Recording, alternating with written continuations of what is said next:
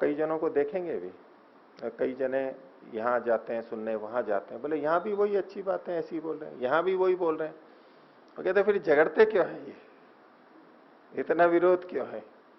यहाँ भी वही बातें, ये भी वही बातें कह रहे हैं, ये भी अच्छी बातें कह रहे हैं, झगड़ते क्यों है ये?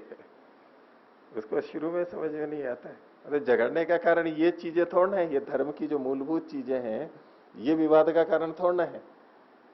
विवाद का कारण तो दूसरी अन्य प्रासंगिक चीजें हैं जो अपने अपने संप्रदाय की किसी ने बना ली हैं कि ऐसे होना चाहिए, ऐसे होना चाहिए।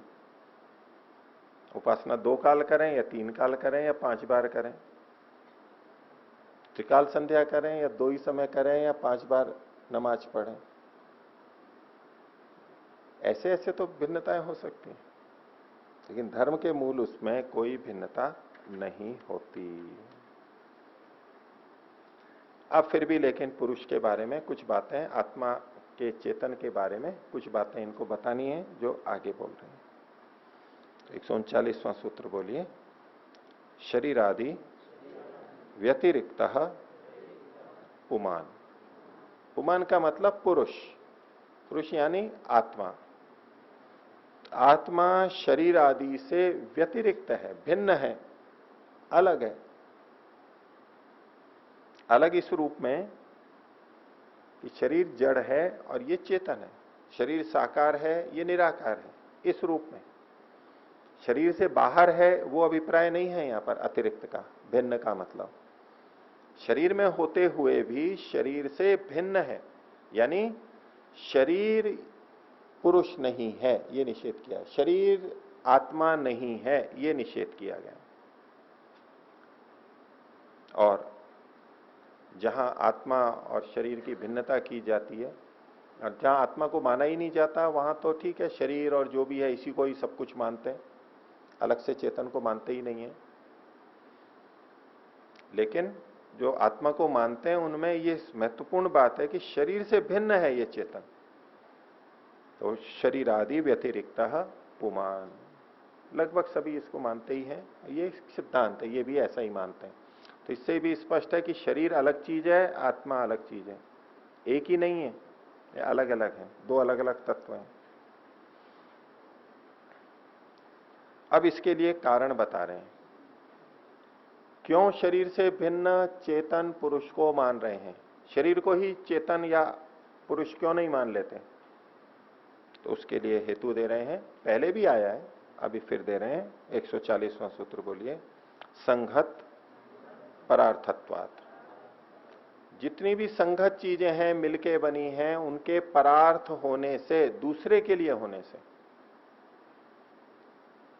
तो शरीर संघत है ये सिद्ध है, हड्डी, मांस, मज्जा, रक्त, स्नायु, ये बहुत सारी चीजें हमें दिखाई देती हैं, ये संघत है, अनेक चीजों से मिलके बना है। और संघत चीज हमेशा दूसरे के लिए ही होती है, ये भी इनका एक बहुत व्यापक सिद्धांत है, पक्का दृढ़ सिद्धांत है कि कभी ये समझना हो कि ये चीज अपने लिए है या दूसरे के लिए है। तो जो भी संघत होगी वो अपने लिए कभी नहीं होगी, वो दूसरे के लिए ही होगी, और दूसरा उसका उपयोग ले सकता है न्यायपूर्वक, यथा योग्य। तो इस कार्य जगत का, इस शरीर का हम अपने लिए उपयोग लेते हैं, ये हमारे लिए है, हम इसके लिए नहीं है। जब शरीर को ही मैं समझा जाता है, आत्मा को चेतन नहीं माना जाता, तो हम वो कार्य करते हैं जो शरीर के लिए ठीक लगता है, हमें शरीर के लिए सुखद दिखाई देता है, शरीर की सुंदरता के लिए अच्छा होता है, भले ही वो आत्मा के लिए हितकारक हो, अहितकारक हो, आत्मा के लिए अहित करता हो, तो भी हम उसके लिए करेंगे। तो ऐसे में क्या हो जाता है, हम शरीर के लिए हो जाते हैं, जबकि वास्तव में शरीर चेतन के लिए। और इसको मानते हुए भी कि शरीर तो चेतन के लिए है, व्यवहार के अंदर ऐसा व्यापक देखा जाता है कि हमारे क्रियाकलाप, हमारा लेन देन वो शरीर के लिए हो जाता है, हम ही शरीर के लिए हो जाते हैं। गाड़ी हमारे लिए, लेकिन हमारा व्यवहार ऐसा हो जाता है कि हम गाड़ी के लिए बन जाते हैं। मकान संपत्ति हमारे लिए है, लेकिन हमारा व्यवहार ऐसा हो जाता है कि हम जैसे इनके लिए हैं, इन्हीं की सार संभाल में पूरा समय अपना लगा देंगे, अपने लिए कोई समय नहीं, इनके लिए समय है, ये अच्छे दिखें, ये अच्छी तरह रहें, इनमें विकार ना हो, इनकी सुरक्षा रहे, इसी के अंदर लग जाते हैं, तो इसके विपरीत हो जाता है। तो चेतन की सिद्धि के लिए भी ये तथ्य है कि संगत चीजें दूसरे के लिए होती हैं, इससे आत्मा की सिद्धि होती है। इसके साथ साथ हमें ये भी प्रेरणा मिलती है कि हम इसके लिए ना बन जाएं, हमें इसका उपयोग अपने लिए करना है, इसको इस तरह से साधना है कि वो हमारे लिए उपयोगी रहे।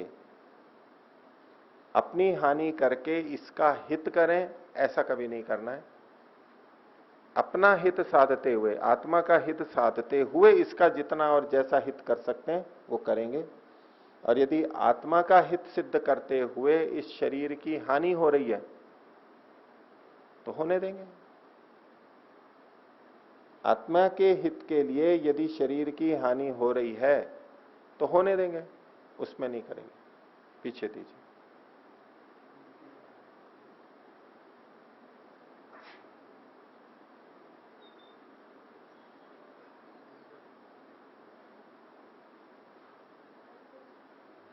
उसी को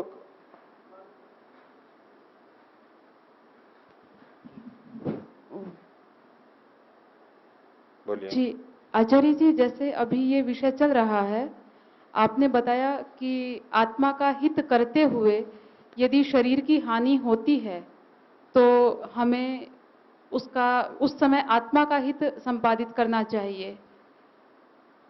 लेकिन बार बार इस बात पर बहुत ज्यादा बल दिया जाता है कि सबसे पहले शरीर का स्वस्थ रहना आवश्यक है, शरीर के लिए ही हमें प्रयास ज्यादा करना चाहिए।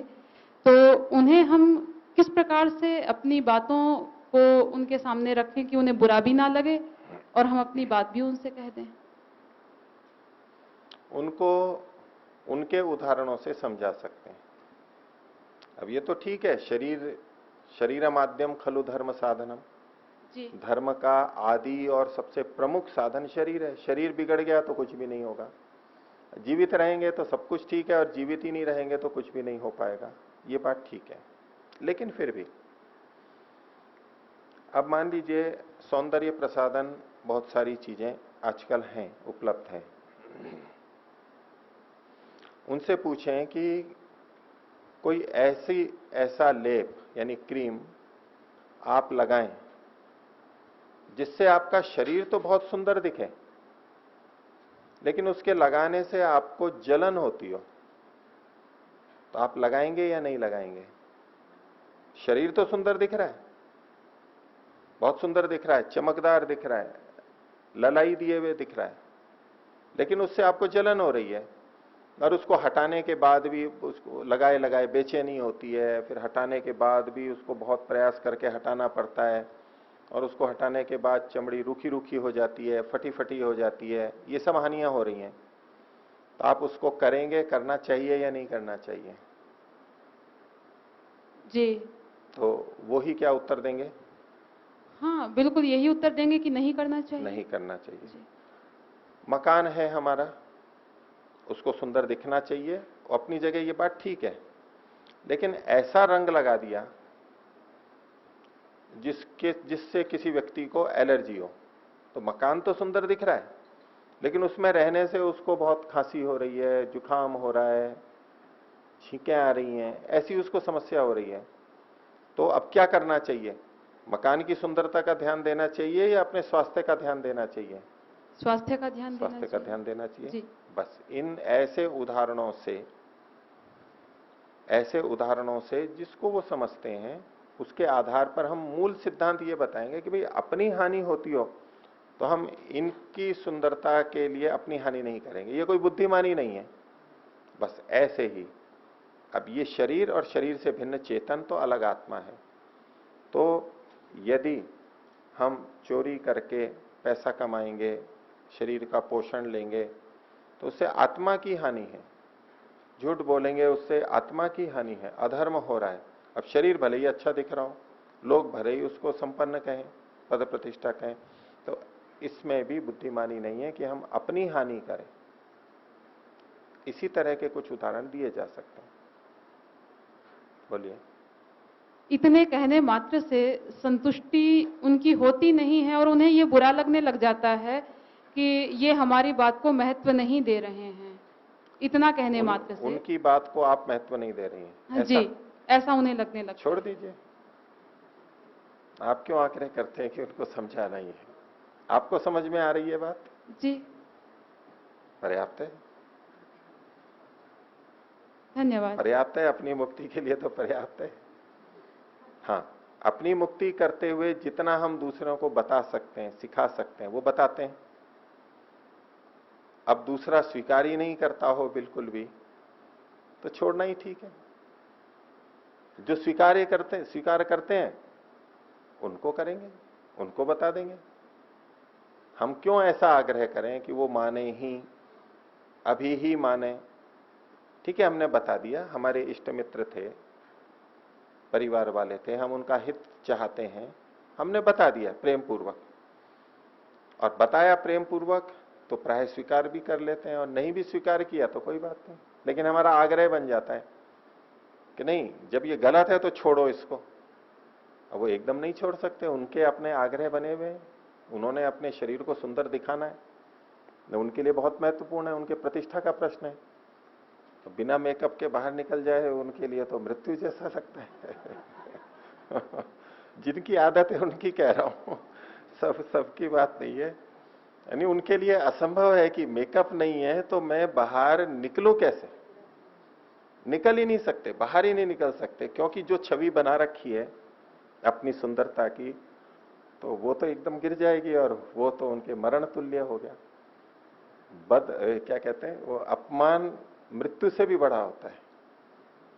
तो उनको अपमान लगता है कि मेरा सौंदर्य बिल्कुल दिखाई नहीं देगा, तो वो निकल ही नहीं सकते। तो उनके लिए तो जीवन मरण का प्रश्न है वो। और हम भी बहुत सारी बातों को ठीक मानते हुए भी, समझते हुए भी छोड़ पाते हैं क्या सारा? नहीं छोड़ पाते, धीरे धीरे छोड़ते हैं। कुछ छोड़ दिया, कुछ अब लगे हैं, उसके लिए कष्ट होता है ना। ऐसा आत्मवत व्यवहार उनके प्रति भी हमें करना होगा कि भाई वो भी मनुष्य हैं, अभी नहीं कर पा रहे, हमने बोल दिया, तो उसी समय सब कुछ कर लें, ऐसा तो नहीं हो सकता जी। हमारा आग्रह जो होता है वो हम मानव स्वभाव से अतिरिक्त कर लेते हैं, वो अनुकूल नहीं होता है। धन्यवाद। ठीक है। और अपने आप उनको कभी समझ में आएगा तब छोड़ते हैं ना।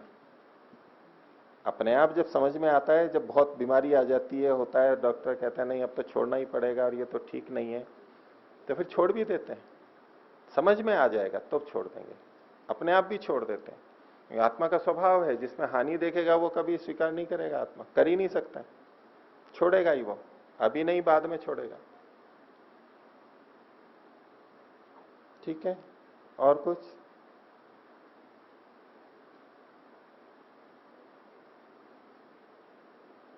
आप में से कईयों को कहा जाए जो बाल काले करते हैं, क्या क्या विचार है? आप में से कई करते होंगे ना, छोड़ तो देखो कितना विचित्र लगेगा। ऐसे उनको भी लगता है, बहुत कठिन होता है, जब आदत पड़ जाती है तो बहुत कठिन होता है। ठीक है, आगे देखिए।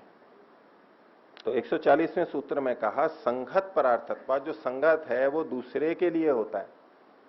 ये बात हमें समझ में आ जाए, जो भी चीज है संगत वो दूसरे के लिए है, उसके लिए हम नहीं है, ये हमारे लिए है, ये हमें बोध रहे। यही बात इंद्रियों के लिए आएगी कि इंद्रियां हमारे लिए हैं, इसलिए हम अपने अनुकूल उनको चलाएंगे। और अब इसके लिए पुष्टि के लिए कह रहे हैं कि शरीर आदि से पृथक, यानी जड़ प्रकृति से अलग चेतन है। इसके लिए 141वां सूत्र बोलिए, त्रिगुण आदि विपर्ययात। ये जो त्रिगुण है, सत्वर स्तम और इनके जो धर्म हैं, उनसे विपर्ययात, भिन्न होने के कारण से, ये जो सत्वर स्तंभ है, जड़ हैं, इनसे भिन्न है चेतन। चेतन में अपने आप में ये धर्म नहीं है जो सत्वर स्तंभ में गुण है। सत्व गुण में प्रकाश है, आत्मा में अपना प्रकाश नहीं है। सूर्य का जो प्रकाश हमें दिख रहा है, अग्नि में जो प्रकाश दिखता है, ये सत्व गुण के कारण से है। तो ये धर्म आत्मा में नहीं है, आत्मा में प्रकाश नहीं है। रजगुण में, रजोगुण में क्रिया है, आत्मा में अपने आप में क्रिया नहीं है। तमोगुण में स्थिरता है, जड़त्व है, आत्मा में ऐसा जड़त्व नहीं है। इन त्रिगुणों से विपर्य भिन्न गुण वाला है, ये भिन्न प्रकार का है, इसलिए ये शरीर आदि से भिन्न है। अब कई व्यक्ति ध्यान कराते हैं तो आत्मा का दर्शन किस रूप में कराते हैं? ये आत्मा का प्रकाश के रूप में। ये थोड़ा प्रकाश दिखने लग रहा है, यानी आत्मा की अनुभूति हो रही है या परमात्मा की अनुभूति होती है। वो प्रकाश के रूप में ही देखते हैं। कोई दीपक के रूप में देखता है, कोई लाल लाल गोले के रूप में देखता है, कोई चमकते हुए सूर्य की तरह से देखता है। ऐसे प्रकाश के रूप में चेतन को देखना बहुत व्यापक है, लोग ऐसे ही बताते हैं। लेकिन ये जितना प्रकाश है, ये प्रकृति का गुण है, सत्व का गुण है। ये आत्मा का, पुरुष का, चेतन का गुण नहीं है। अब सूर्य तप रहा है, सूर्य का जो प्रकाश है, इतनी ऊर्जा निकल रही है, ये प्रकाश किसका है? ये प्रकृति का प्रकाश है, ये परमात्मा का प्रकाश नहीं है। हम बहुत बार ईश्वर की प्रशंसा में, परमात्मा की प्रशंसा में ये कहते हैं कि उसी ने सूर्य में प्रकाश डाला है, उसी का प्रकाश है जो सूर्य से हमारे तक आ रहा है। ऐसे वचन आपको मिलेंगे, ऐसा बोला जाता है, ऐसे वचन शास्त्रों में भी मिल जाते हैं। और इनको सुन सुन करके हमारे मन में क्या बैठ जाता है? जैसे परमात्मा ने अपने प्रकाश को इसमें डाला है और अब सूर्य में से वो प्रकाश निकल करके आ रहा है। परमात्मा ने सूर्य में प्रकाश डाला है, उसका इतना ही मतलब है कि परमात्मा ने उसमें प्रकृति की ऐसी व्यवस्था की है कि वहां प्रकाश उत्पन्न हो रहा है, अभिव्यक्त हो रहा है और हमारे तक पहुंच रहा है। इतना ही मतलब है उसका। और फिर कई जने वेद मंत्र का भी प्रमाण दे देते हैं कि परमात्मा कैसा है? आदित्य वर्णम तमसः परस्तात् वेदाहमेतम पुरुषम महानतम। महान पुरुष को मैं जानता हूं, जिसने प्रत्यक्ष किया है वो बोल रहा है कि वो आदित्य के जैसे वर्ण वाला है, रंग वाला है। तो आदित्य का कैसा रंग होता है? सुबह तो लाल होता है और दिन में सफेद सा होता है, थोड़ा पीला जैसा होता है, कैसा भी है, लेकिन सूर्य जैसा है। इसलिए ध्यान में जब सूर्य का दर्शन होने लगे, उसी को ढूंढते रहते हैं, उसका आ जाता है स्मृति में, दिखने लग जाता है। कल्पना करते हैं तो वही चीज दिखने लग जाती है। जैसी हम कल्पना करते हैं, मस्तिष्क पर आरोप करते हैं, वो चीजें दिखने लग जाती हैं सामने, बिल्कुल ऐसे जैसे प्रत्यक्ष हो, सामने ना होते हुए भी वही दिखने लग जाता है। दिखता अंदर है, वैसे भी हम अंदर ही देखते हैं, लेकिन जो विचार होते हैं उसको हम आरोपित कर देते हैं अपने मस्तिष्क पर, और फिर उसको वही दिखने लग जाता है, बाहर वो ना होते हुए भी। अब जैसे किसी ने कहा गणेश जी की प्रतिमा दूध पी रही है, वो मन में बैठ गया। अब वहां पर गए और मन में तो वो बैठा हुआ है, तो वहां भी वही दिखाई देगा कि ये पी रही है। नहीं, मैं खुद देख रहा हूं कि वो पी रही है प्रतिमा दूध, दिख यहां रहा है, अपने विचारों में आरोपित कर लेते हैं, इल्यूजन होता है। तो ऐसे आदित्य वर्ण के लिए भी कर लेते हैं, और ऐसे और भी कई वचन मिलते हैं हमारे यहां। तो ये जो आदित्य वर्णम है, इसका मतलब ये होता है कि वो प्रकाशमान है, सूर्य के समान अपने को प्रकाशित करता है, ज्ञान से प्रकाशित करता है, इन कार्य वस्तुओं से अपने को प्रकट करता है, इन कार्य वस्तुओं को देख के परमात्मा का पता लगता है। और इतना ही मतलब है। पुस्तक प्रकाशित होती है ना, एक पुस्तक कितनी बार प्रकाशित हो चुकी? 2 बार, 5 बार, इतनी आवृत्ति हो गई। तो पुस्तक प्रकाशित होती है मतलब कैसे?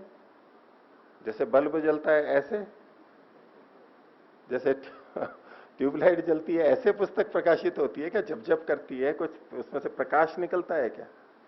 लेकिन प्रकाशित होना हम शब्द का प्रयोग करते हैं, और प्रकाशित मतलब प्रकट की जाती है, पुस्तक के रूप में आ जाती है। उसका ये मतलब नहीं है उसके अंदर से प्रकाश निकल रहा है।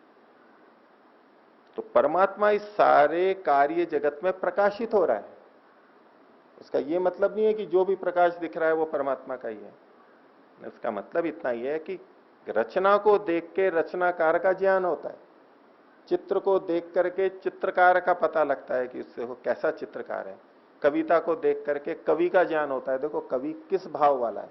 इस तरह से परमात्मा का ज्ञान होता है। तो प्रकाश गुण, ये पुरुष जो है वो त्रिगुणों से विपर्य है, भिन्न है, विपरीत है।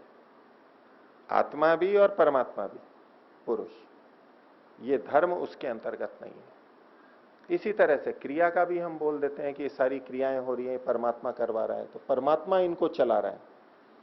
ये जड़ प्रकृतियां जो इतनी तेजी से घूम रही हैं, सूर्य चंद्र आदि, ये सब कौन चला रहा है? परमात्मा। यानी परमात्मा ने जैसे अपने अंदर से गति दे करके इनको चलाया है, हम ऐसा समझ लेते हैं।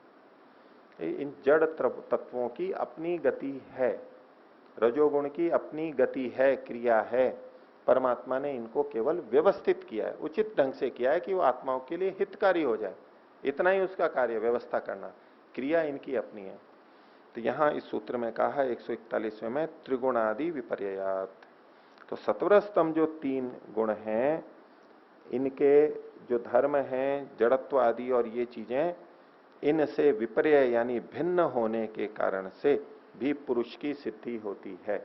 आत्मा में ये धर्म नहीं है, वो इनसे त्रिगुणों से भिन्न है, वो त्रिगुणातीत है, त्रिगुणों से परे है।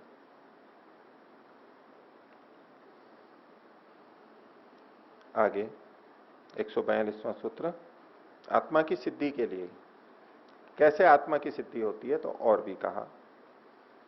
तो बोलेंगे अधिष्ठानात् च इति, अधिष्ठान से भी पुरुष की यानी आत्मा की सिद्धि होती है। अधिष्ठान का मतलब ये जो हमारा शरीर है, इसमें एक अधिष्ठाता बैठा हुआ है, जो इसका स्वामी है, जो इसे चला रहा है। पीछे भी एक सूत्र आया था 97वां, उसमें इससे पीछे 96 में पहले तो ईश्वर का अधिष्ठातृत्व कहा था कि तत्सन्निधानात अधिष्ठातृत्व मणिवत, ये परमात्मा का कहा था। और पुरुष का कहा, आत्मा का, विशेष कार्येष्वपि जीवानाम, जीवों का भी अधिष्ठातृत्व होता है। तो अधिष्ठानाच, इस शरीर का अधिष्ठाता, इस शरीर में उस चेतन का अधिष्ठान है। इस अधिष्ठान से भी पता लगता है कि वो शरीर से भिन्न है।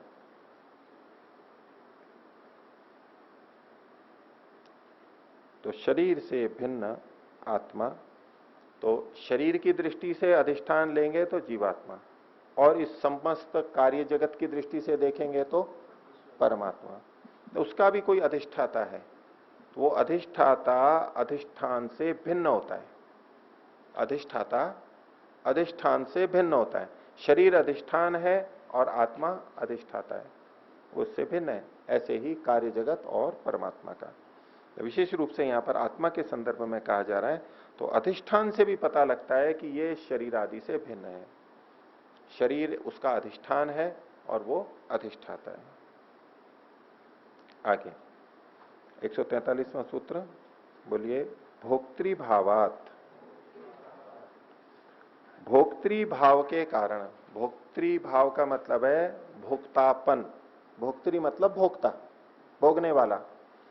भोगने वाला भाव होने से, भोगने वाला जो है वो, क्योंकि शरीर तो भोगता नहीं है, और शरीर से भिन्न जो भोगने वाला है वो शरीर से भिन्न है।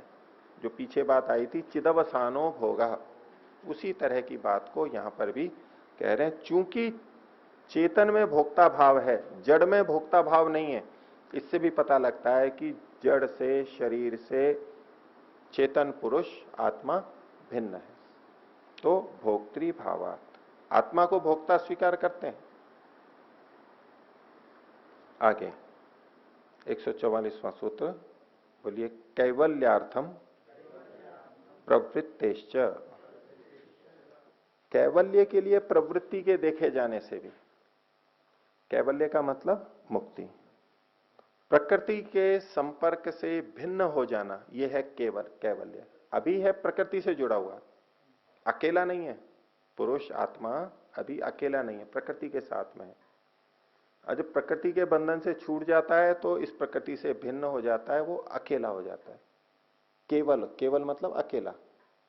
और इसीलिए मुक्ति को कैवल्य कहते हैं। उसमें प्रकृति से छूट करके रहता है, इसलिए उसको कैवल्य बोलते हैं मुक्ति को। तो कैवल्य के लिए प्रवृत्ति के देखे जाने से भी यह सिद्ध है कि शरीर से भिन्न कोई अलग पुरुष चेतन विद्यमान है, क्योंकि शरीर तो जड़ है, वो मुक्ति के लिए प्रयत्न नहीं करेगा।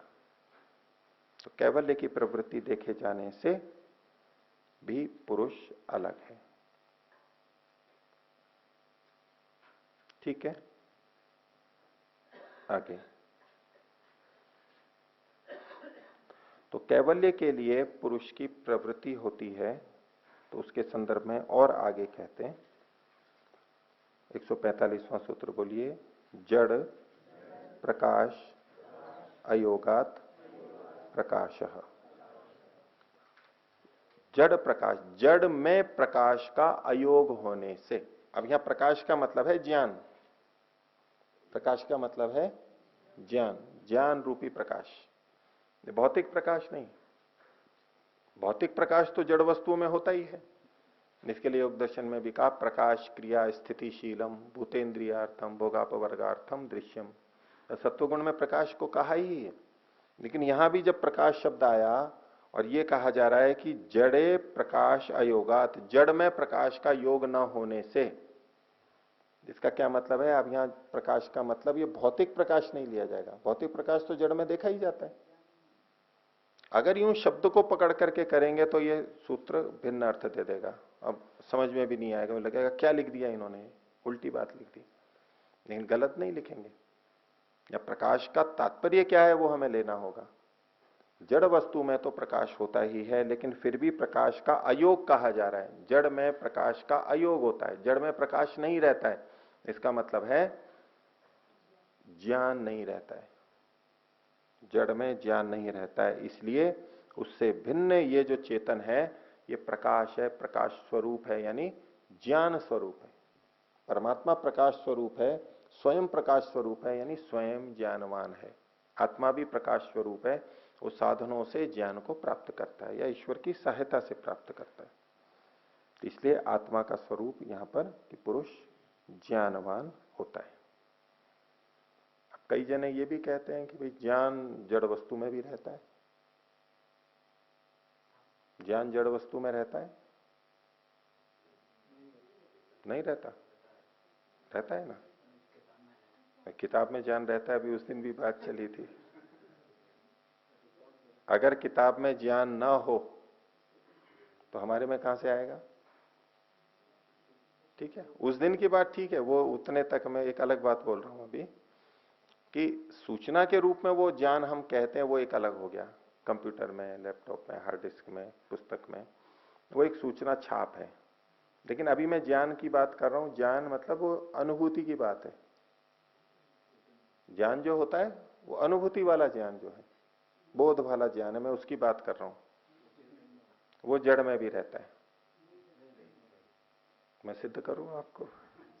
वो जो बोलते हैं उनकी बात पे रख रहा हूं आपके सामने, आप उत्तर दीजिए उसका। हमारे को वस्तु को देख के ज्ञान होता है या नहीं? होता है ना। किसी भी वस्तु को देखा, इस घड़ी को देखा, इसको देख करके ज्ञान हुआ। जब तक इसको नहीं देख रहे थे तब तक ज्ञान था क्या? नहीं था।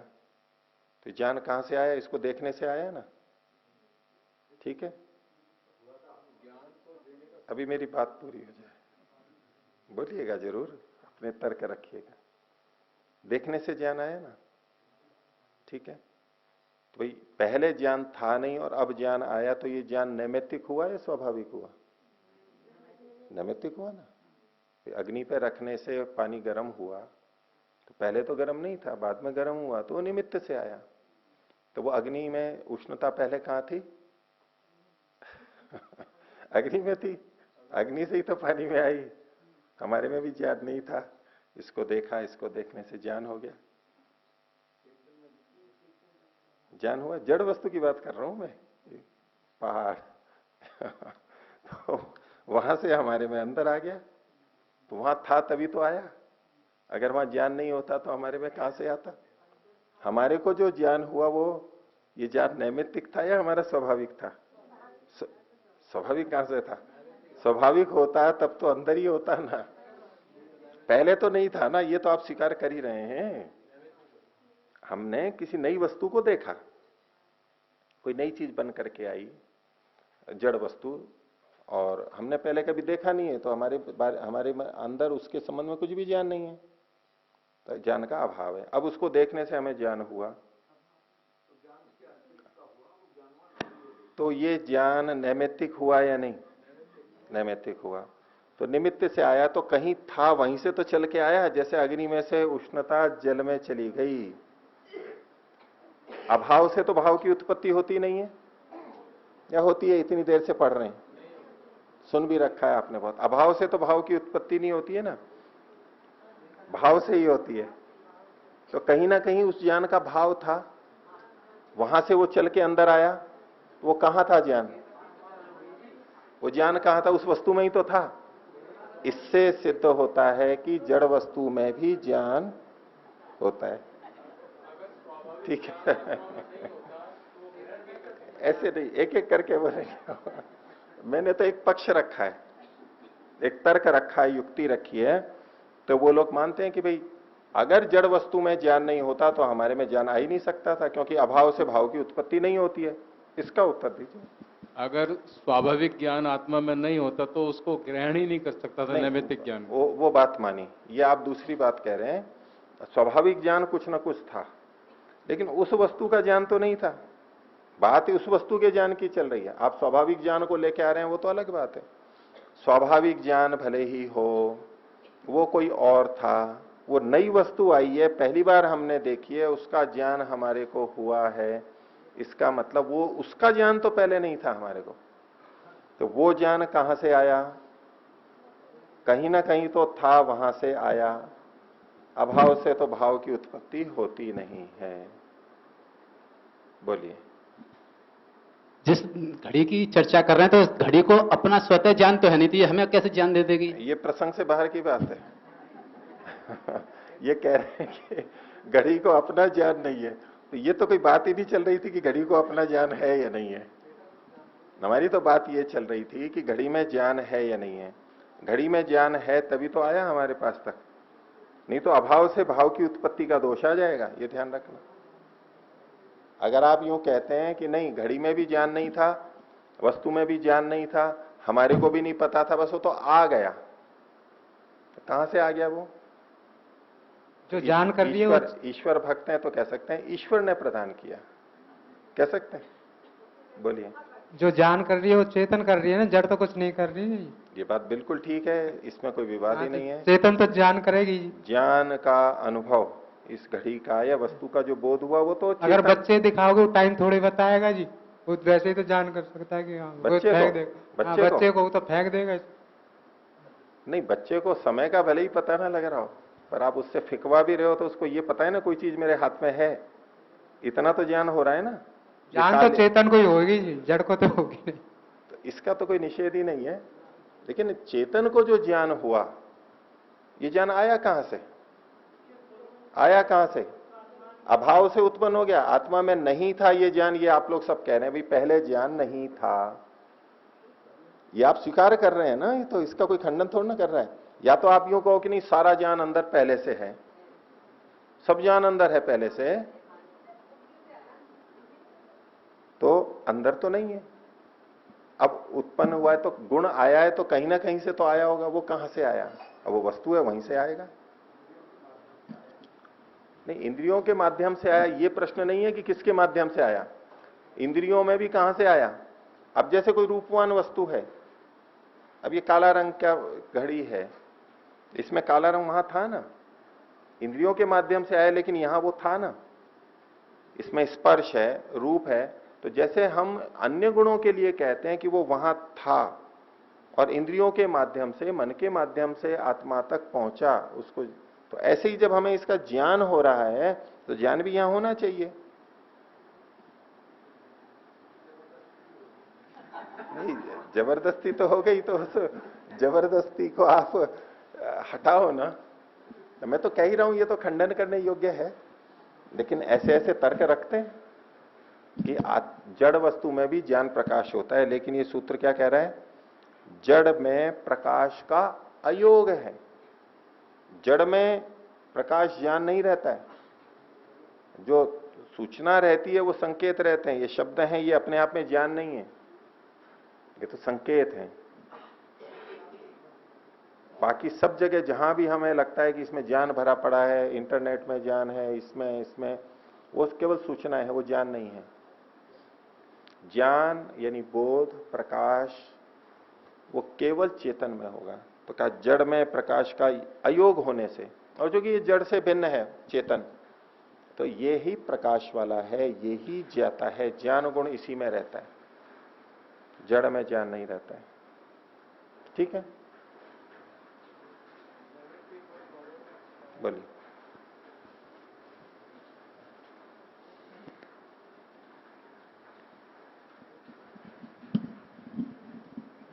आचार्य जी, घड़ी को बनाने वाला तो चेतन है ना? कौन मना कर रहा है? तो जो चेतन में ज्ञान है, आत्मा में, घड़ी को चेतन ने बनाया है, बना दिया। और वही फिर उसको ही देख कर फिर और ज्ञान हो गया। नहीं, बनाया किसी ने और ने, उसमें ज्ञान था, उसने घड़ी को बना दिया। हमारे सामने तो सामने वो चीज पहली बार आई और उसको देख के हमें ज्ञान हुआ। मैं तो इस उदाहरण की बात कर रहे हैं। ये ज्ञान उस वस्तु से अंदर आएगा, तो उस वस्तु में ज्ञान होना चाहिए। बोलिए। हेलो। ज्ञान आत्मा का आचार्य स्वाभाविक गुण है। आचार्य जी,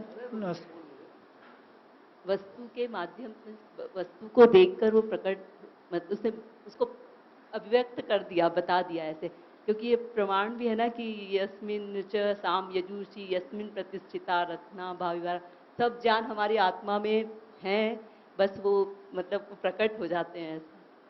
ठीक है, ये इस बात को रख रही हैं, यस्मिन ऋचः साम यजुंषी यस्मिन प्रतिष्ठिता रत्ना भाविवारा।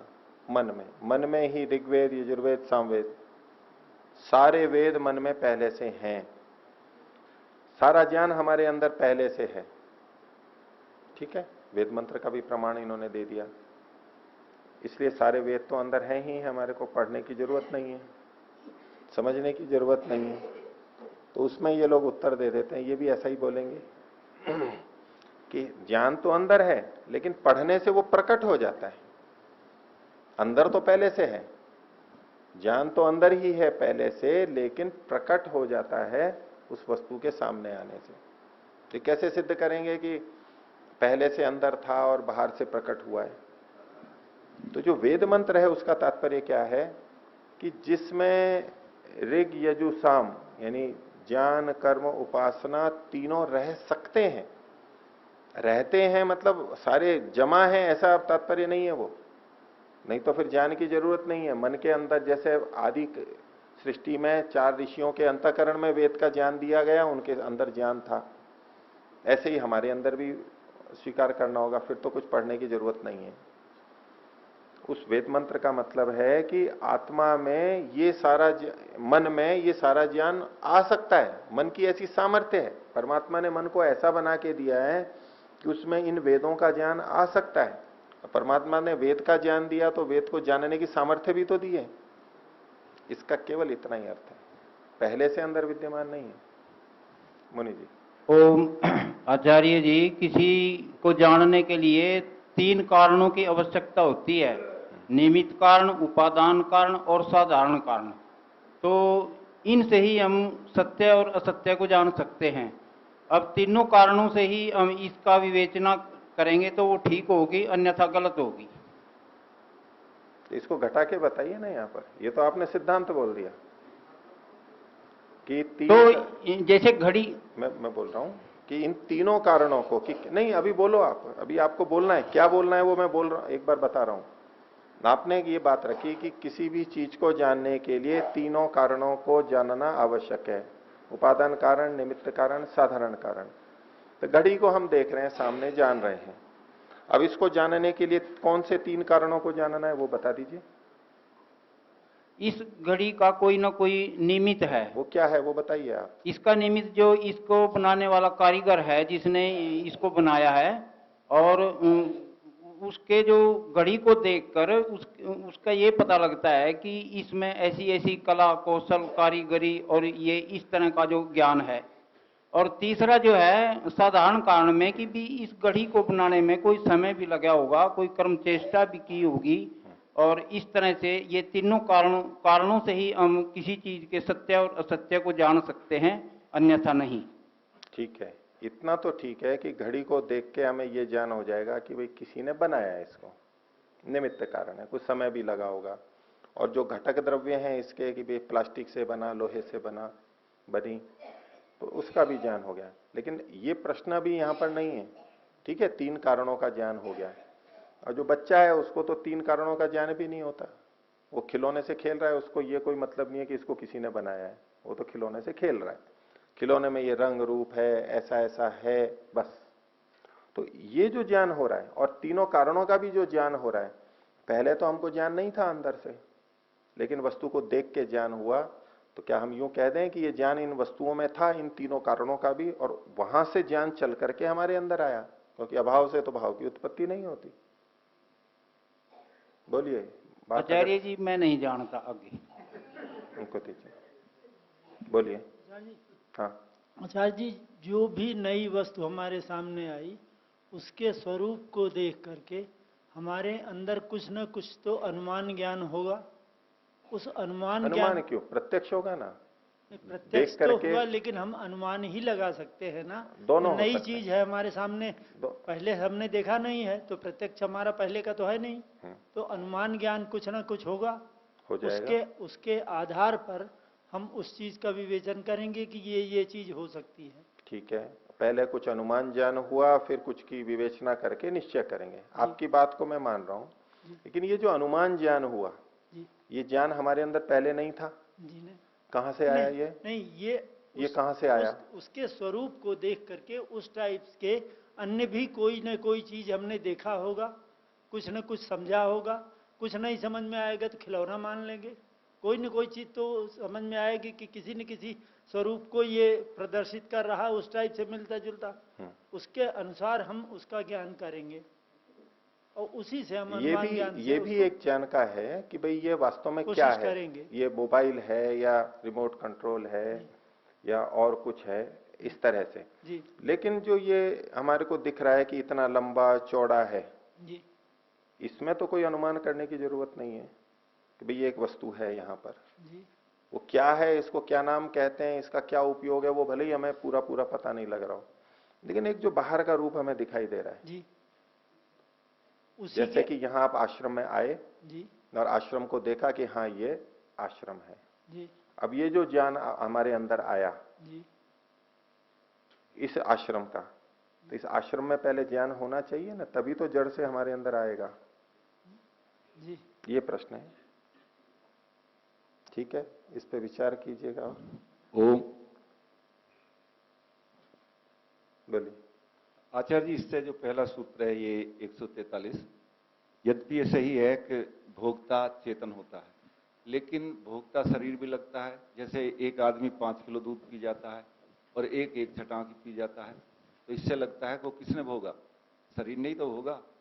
गाय 5 किलो भूसा खा जाती है, आदमी पे एक छटाक भी नहीं खाया जाता, तो इससे ये भी तो सिद्ध होता है कि भोक्ता शरीर भी है। जी, ये जो चीजें हमने खाई ये किस लिए खाई थी? शरीर को पुष्ट करने के लिए। पुष्ट करने के लिए, खाते समय सुख भी मिलता है उसके लिए, इसलिए भी तो भोजन करते हैं ना जी। प्रथम दृष्टया तो हम सुख के लिए ही भोजन करते हैं, अब उससे पोषण भी हो जाता है, ये अलग बात है। नहीं, आत्मा तो सब समान है। हाँ, सब समान है, उसमें कोई निषेध नहीं है, लेकिन एक बात बता रहा हूं, आप जो कह रहे हो ना शरीर का पोषण, शरीर भोग रहा है, भोगने का मतलब क्या है? क्या शरीर में वो चीज चली गई इसलिए वो भोग रहा है? आवश्यकता शरीर को है ना। ऐसे नहीं बोलिए, शरीर को आवश्यकता है। शरीर को क्यों? संघत परार्थत्वात्। चाहे डीजल जो कार में गाड़ी में डलता है पेट्रोल, डीजल और पेट्रोल का भोक्ता कौन है? वाहन। वाहन ही भोक्ता है। भोक्ता कौन है उसका? प्रयोग करने वाला, उपयोग करने वाला। उपयोग करने वाला वो तो अपने मुंह में नहीं डालता है।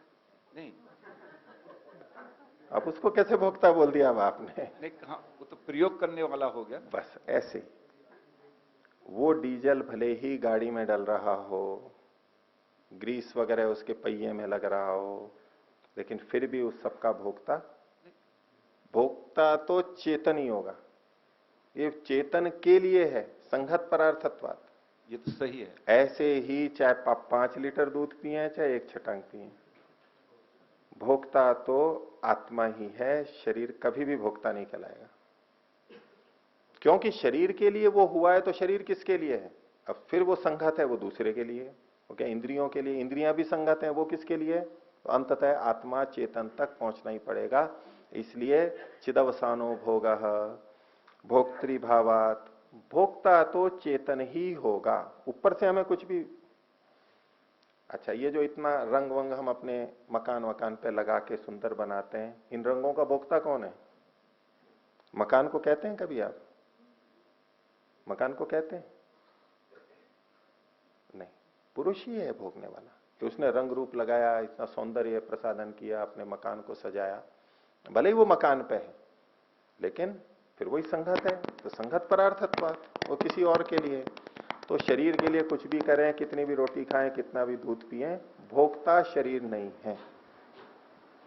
हाँ, रोटी खाने वाला और वो भोजन तो दूध तो शरीर में जा रहा है, लेकिन भोक्ता फिर भी शरीर नहीं है, जड़ होने से और संघत परार्थत्वात्, भोक्ता आत्मा ही है। ठीक है, धन्यवाद। आगे देखिए 146वां सूत्र। अब ये जो आत्मा है उसके बारे में ही कुछ बात और कही जा रही है। और सूत्र बोलेंगे, निर्गुणत्वात् न चित् धर्मा। आत्मा चेतन धर्म वाला है, हाँ या ना? हाँ, आत्मा चेतन धर्म वाला है ना।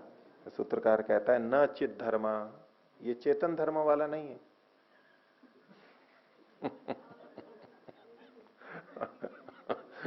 तो क्या है? जड़ है, जड़ है। तो कहा कि भाई, इनका कहना है कि ये चेतन है, ये स्वयं चेतन है। चेतन को इसका धर्म अलग मत कीजिए। निर्गुणत्वात्, इसमें अलग से कोई नैमित्तिक गुण नहीं होता है, ये चेतन इसका स्वभाव ही है। हम वैसे गौण रूप से जो प्रयोग करते हैं इसको विकल्प वृत्ति बोलते हैं। प्रमाण विपर्य विकल्प वृत्ति। शहर आ गया, रेल में जैसे बोलते हैं, उल्टा होता है ना, हम पहुंचते हैं लेकिन बोल देते हैं वो आ गया। आटा पिसवाते हैं, गेहूं पिसवाते हैं, आटा नहीं, लेकिन भाषा में प्रयोग होता है। इसको कहते हैं विकल्प वृत्ति। आत्मा की चेतनता, ईश्वर की चेतनता, ये विकल्प वृत्ति में प्रयोग है। वास्तव में वो चेतन स्वरूप ही है। तो कहा न चित् धर्मा, ये चित् धर्मा नहीं है। क्यों? निर्गुणत्वात्, वो निर्गुण है, उसमें इस तरह का ये गुण नहीं है, वो स्वयं चेतन स्वरूप है। और इसके लिए प्रमाण दे रहे हैं आगे, अगला सूत्र बोलिए।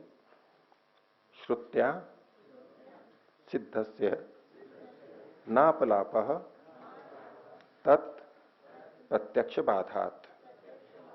जो श्रुति से सिद्ध है, श्रुति से क्या सिद्ध है? पीछे भी एक सूत्र आया था, असंगो ही अयम पुरुषः, बृहदारण्यक का भी वचन है।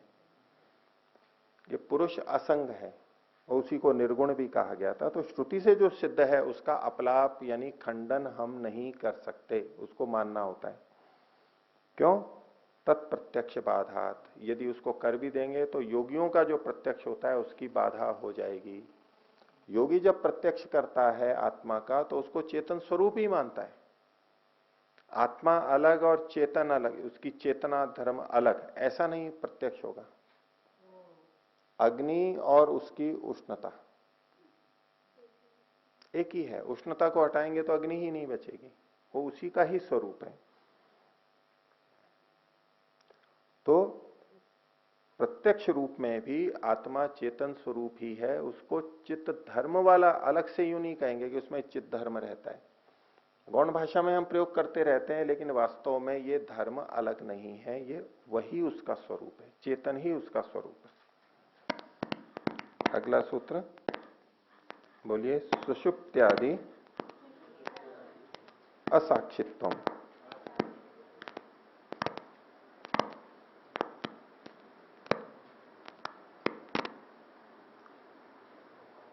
इसमें बीच में से लगा देते हैं, सुषुप्त्याद्यस्य साक्षित्वम, कि शरीर में जो सुषुप्ति आदि होती है, ये मन शरीर के अंदर ही सुषुप्ति निद्रा आदि होती है, आत्मा में नहीं होती है, शरीर में होती है। लेकिन इसका साक्षी कौन होता है? वो आत्मा होता है। तो कई बार जैसे भोजन के लिए ये पूछ रहे थे, ऐसे कई जने पूछते हैं कि सोता कौन है, शरीर सोता है या आत्मा सोता है? मैंने कहा शरीर सोता है, शरीर तो जड़ है। बोले आत्मा सोता है, तो आत्मा क्या सोता है? वो तो चेतन है। तो वैसे ये घटता है शरीर में, मन में, कि जब हमारा मन शरीर से पृथक हो जाता है, इंद्रियों से पृथक हो जाता है, ये शरीर सो जाता है। लेकिन इसका साक्षी कौन है? इसका साक्षी तो आत्मा है, वो चेतन है। तो ये सुषुप्ति आदि जो है उसका साक्षी वो आत्मा है। और ये आत्मा कितने हैं, पुरुष कितने हैं? अगला सूत्र देखिए, बोलिए, जन्मादि व्यवस्थातः पुरुष बहुत्वम। आत्मा बहुत है, उसका बहुत्व है। कई जने ये मानते हैं कि एक ही आत्मा है सब में, जो आत्मा आप में है वही मेरे में है, सब एक ही आत्मा है। वास्तव में अलग अलग आत्माएं नहीं है, ऐसा बहुत लोग मानते हैं। तो सांख्य दर्शन का, वैदिक धर्म का सिद्धांत क्या है कि पुरुष का बहुत्व है, बहुत अधिक है। ये चेतन आत्मा बहुत है, कितने हैं ये नहीं कह रहे, लेकिन बहुत हैं, एक नहीं है। कैसे पता लगता है? जन्म आदि व्यवस्थातः, जन्म आदि की व्यवस्था को देख के। क्या व्यवस्था है? कि कोई जन्म ले रहा है, कोई मर रहा है, कोई बच्चा है, कोई युवा है, कोई वृद्ध है,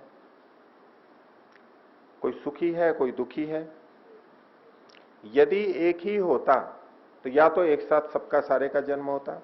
अब एक ही है और वो कहीं तो जन्म ले रहा है और कहीं मृत्यु को प्राप्त हो रहा है, कहीं जीवन जी रहा है, ऐसा नहीं हो सकता। तो किसी का जन्म हो रहा है, किसी की मृत्यु हो रही है, इसका मतलब है ये अलग अलग हैं, बहुत्व हैं। तो जन्मादि व्यवस्थातः पुरुष बहुत्वम, पुरुष को, चेतन को ये बहुत यानी अनेक मानते हैं। तो आज इतना ही रखते हैं पाठ, ठीक है? प्रणव।